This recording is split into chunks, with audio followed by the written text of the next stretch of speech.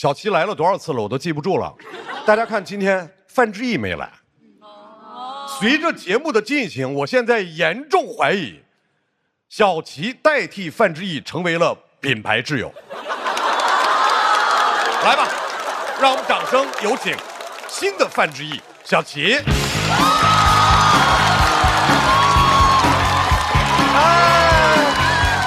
哎，观众好，观众好，观众好啊！谢谢啊，谢谢主持人张老刚啊。这期嘉宾，你看阵容很像过年时候要见的亲戚，就是平时啊你想不起来，但是你想省点钱办事儿，你还得找他们。哎呀，比如说我尊敬的何洁，很久没听到您的名字了啊，我妈还给你投过票呢。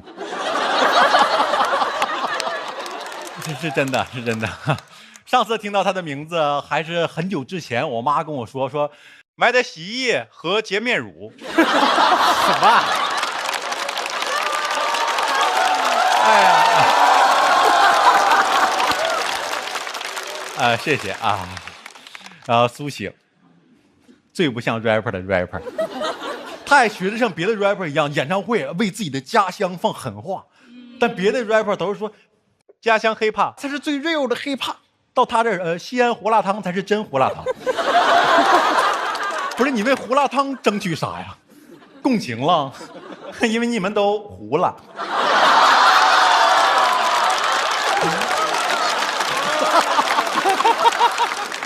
太爱说话了，家境太好了，配得感太强，就每年都要发微博说：“哎呀，今年春晚彩排仍然没有通知到我。”我只能跟全国人民保留我的才艺了，哥哥，求求你别再保留才艺了，销毁吧。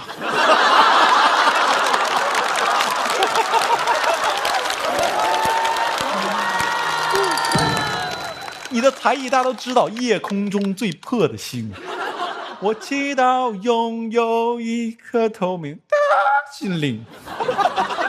马年就得学马叫呗啊！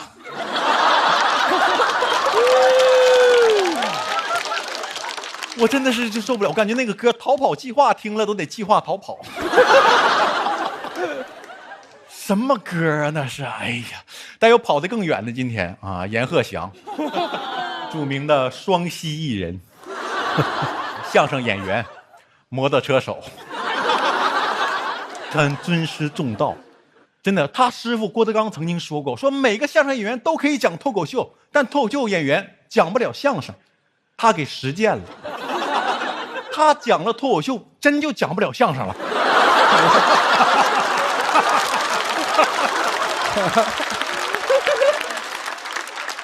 知道吗？都逼着出书了，书名叫《把摩托车一扔，跳进那绿海》。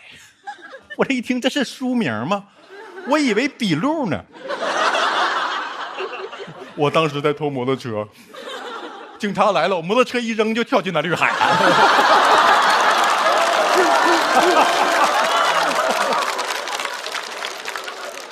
不是谁都能出书吗？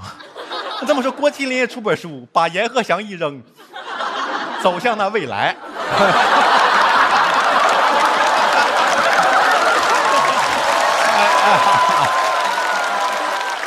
哎呀，我以为他已经够不会起书名了，直到我知道俞灏明出过一本书，叫做《我是大明星》。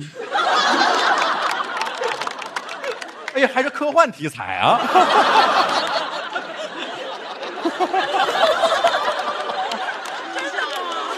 真的有，真的有，你们到后期可以查到。这本书还是跟王栎鑫一起出的。你知道副标题叫什么吗？叫《明王子与小胡胡》。你有年代感吗？明王子与小胡胡，这明王子是谁呀？朱棣呀。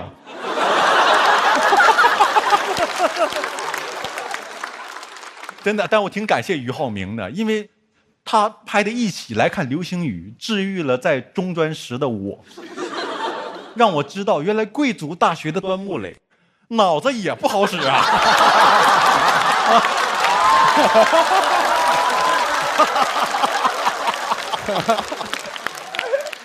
天天说胡话，那个名场面都给我气笑了，你知道，在天台上，端木磊跟楚雨荨说：“喂，可不可以不要在这里听 MP3？” 楚雨荨在那啊，我音量也不大呀。说你吵到我的眼睛了，吵到你的眼睛，怎么不戳瞎你的嘴巴呢？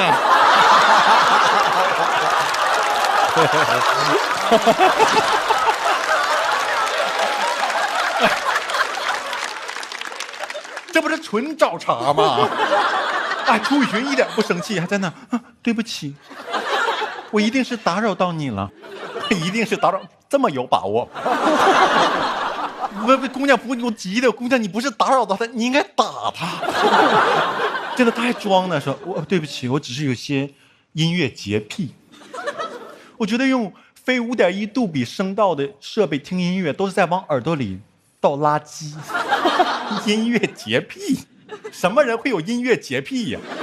你听过什么脏东西？现在这么害怕呀？苏醒的歌啊！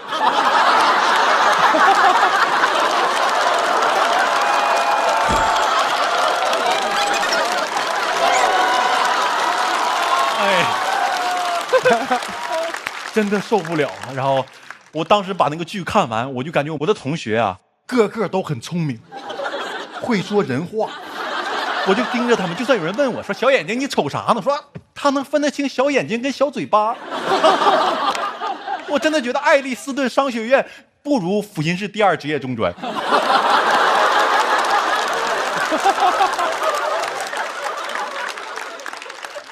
刚才说到小眼睛，不得不提檀香文了。哎呀，我的兄弟俩今年又上春晚了，做兄弟真为你高兴啊！啊，真嫉妒，他俩都火到檀香文可以单飞出专辑了。但朋友们放心，没飞起来啊！真的，他想单飞出专辑，他想上春晚。今天范志毅要没来，来的话就会说他们没有那个能力，知道吧？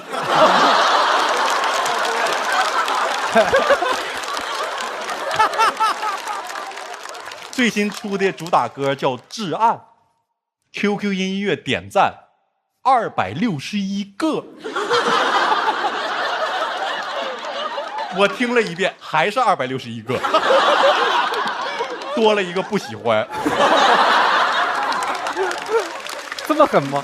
真火呀！而且他俩就今天春晚上买菜那个节目了吗？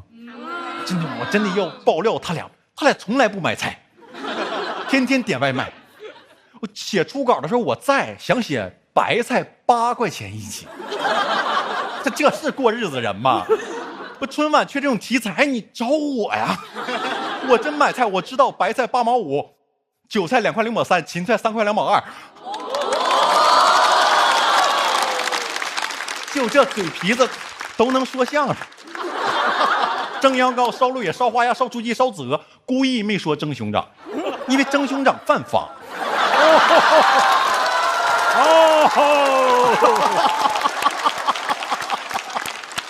我这意识，我不上春晚谁上春晚呢？啊！哎呀，真是的，这尤其你看人家0713，陈楚生把苏醒都带上春晚。你俩明年带我一个呗？什么我有用？因为我看你俩差评了，主要是东北人在说听不懂。你缺的不就是我这个东北翻译吗？真的，咱们仨搞一个群口白话，多好！我就给你们翻译，是吧？你比如演你们买菜那个多好啊！他说：“哎，可以讲价吗？不可以。”东北话就是我都给你得了呗。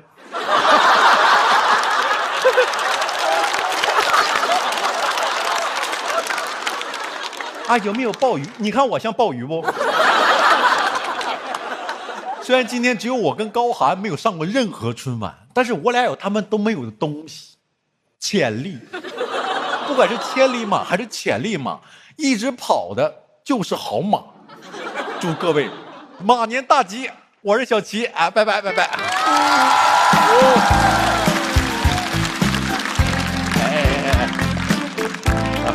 哎呀，一个春晚是眼红了多少人啊！这是。有必要那么嫉妒吗？小齐，老嫉妒了。我跟你说，你也找一搭档啊，你找高寒啊，你俩做一个组合啊，叫对口东北话兄弟啊，没准明年能上春晚，好不好？如果明年你上了春晚，我对你的态度马上就恭敬了起来。那我们不会再搭理你的。什么？我们上春晚的话不会再搭理你的。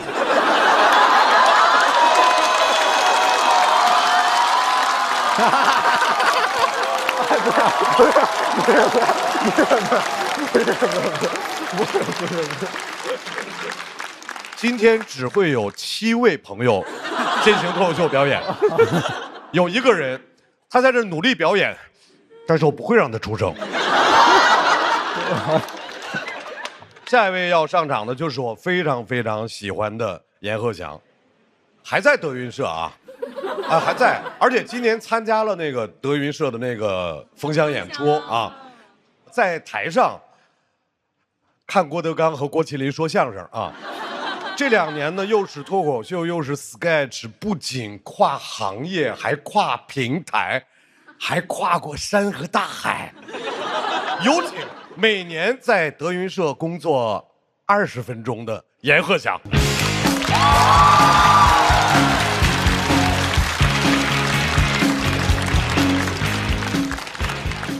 谢谢大家，我是阎鹤祥。特别开心啊，主咖还拿我当他的朋友，很惭愧，因为去年参加了对面的节目，两军交战不斩来使啊，没办法，一个没有搭档的人嘛，可不就是到处趴活嘛。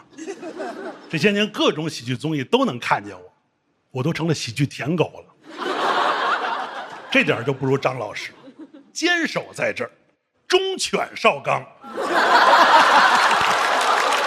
好话，好话，好话。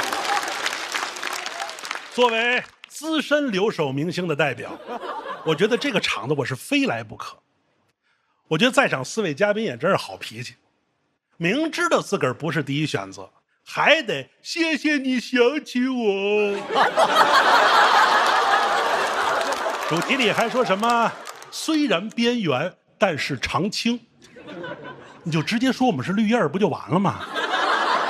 绿叶你就红不了，而且也不能黄，4季常青，随叫随到，所以我们在一起就是亚热带常绿阔叶林。有活啊，不好。哎，提起林子我就烦。这是想起我吗？这是想气我。我现在真的啊，每年到封箱的时候，我师傅才能想起我来。你那是想你儿子了。我现在回单位，为了想说相声，我得天天勾搭我师傅想儿子。我没事就带着橘子去看我师傅，而且搀着我师傅翻铁道，给我师傅锻炼的身体特别好，生了一2胎。我说那我不管，以后郭汾阳要长大了，捧哏还得是我。子承父业等不了了，我先来一个胸中地级。他们老说我啊，说我是进攻型捧哏，其实我多温和呀，我那顶多叫砸挂。我不像苏醒，他是啥都砸，砸完电视砸何洁，前些天连胡辣汤都砸上了，那真是你老家的正宗啊！喝完都给你晕碳了，胡言乱语啊！你们可以上苏醒的微博去看看，那真是梦到哪句说哪句。苏醒啊，你可醒醒吧！对了，赖我，你永远叫不醒一个苏醒的人啊！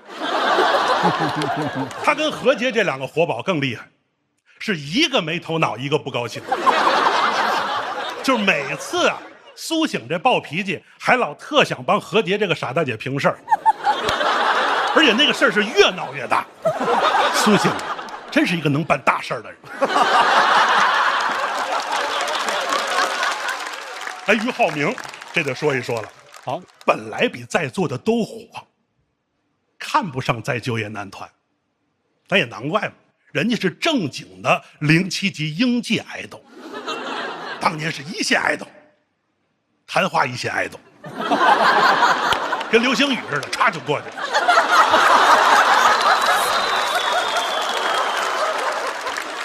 但人家俞灏明现在真的是正经的好演员了。但是上那个0713综艺的时候啊，他评价别人都是综艺咖，说自个儿是演员。我听这话我气就不打一处来。你知道多少人在这儿当综艺咖是因为搭档跑去当演员吗？这当演员有什么好啊？啊，就因为自个儿帅就忘了本了，就忘老本行了，就忘了老专业了，就忘了德云男团，不是就忘了快乐男声了吗？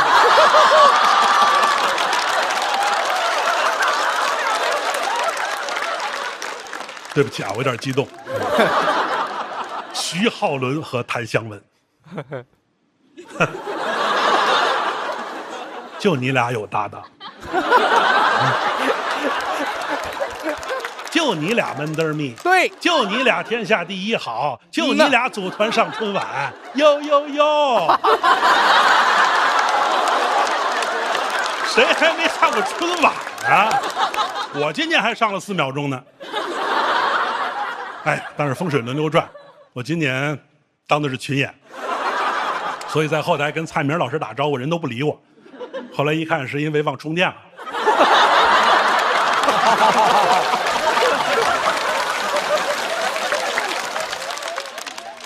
谭湘文，你看着点徐浩伦吧。我看太小了。以我的经验啊，一对搭档，矮的帅的那个早晚先出事。谭湘文，你多留点神吧。这男人啊，有钱就变坏。你问他，他还不承认。他呀，可会装傻了。大家看得出来啊，确实有一点情绪。因为这2年呢，作为一个被迫独立的男性，我不得不做了很多新尝试。喜剧演员、作家、摩的师傅。最重要的一个改变是，我当爸爸了。当爸爸这事儿特别重要，因为这是我今年的一个新身份。我是结婚以后才生的啊，这没敢告诉苏醒啊。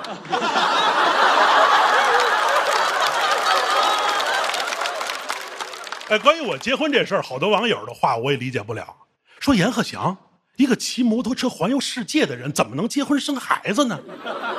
我骑摩托车也没骑个不孕不育呀。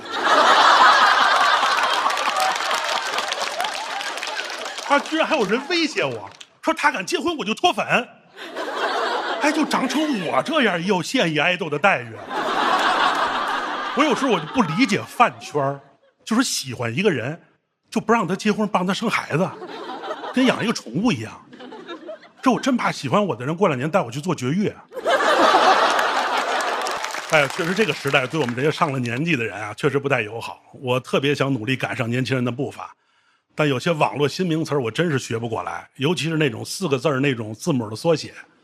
他们现在管小齐这种叫 ADHD， 管张老师的行头叫 OOTD， 说我的 MBTI 是 INTP， 弄得我都有点 PTSD 了。我 YYDS 还没搞清楚呢，心理委员呢我不得劲儿。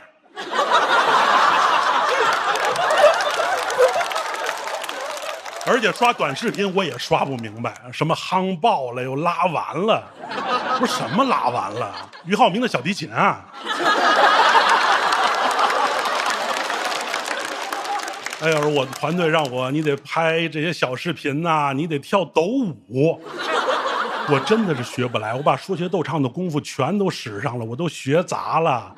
baby， 我们的感情就像哈基米猫安白绿豆，苦力苦力苦力苦力，一起呐喊要爆啊！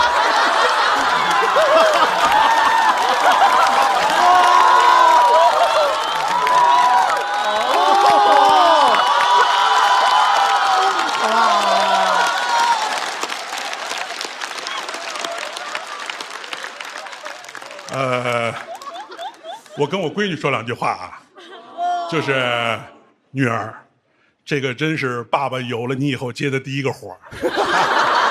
如果你长大以后看到这段表演，一定要知道爸爸真的是尽力了。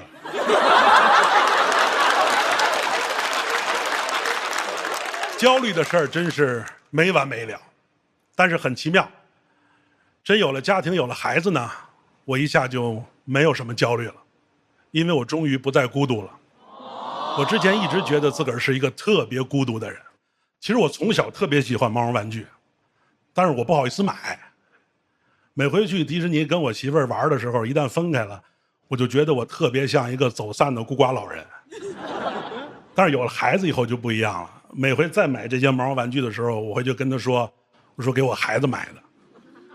我把我买的所有这些玩偶毛绒玩具都绑在我那个环游世界的摩托车上，我那个车其实就是一个迪士尼巡游的花车。我在全世界所有地方，一旦看到那种孤独的小孩，我都会送一个毛绒玩具给他，因为我觉得那个就是我自己。直到有一天，我闯荡喜剧圈的时候，我发现了一个在角落里的孤独的小男孩在看着我。这个怪小孩叫张兴超。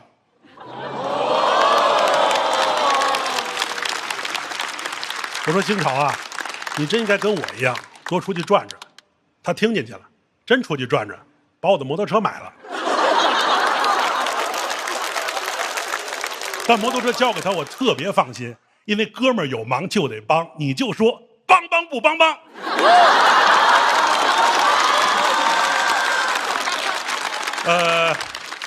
这一年我突然明白了一个道理，就是焦虑啊，确实是焦虑不完的。我录了很多节目，也去了很多的地方，我发现其实林子大了，什么鸟都有。确实林子大了。我也不小了，应该走一条真正属于自个儿的路了。之前我摩旅的时候，其实是想寻找自己人生路的尽头，我想看看我的绝路究竟在哪儿。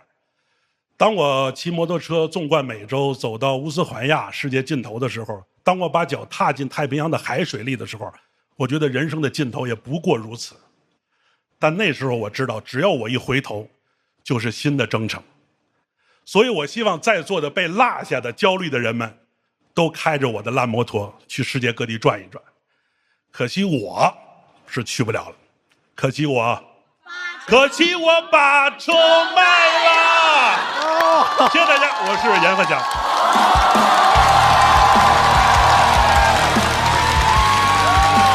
哇，好多活啊！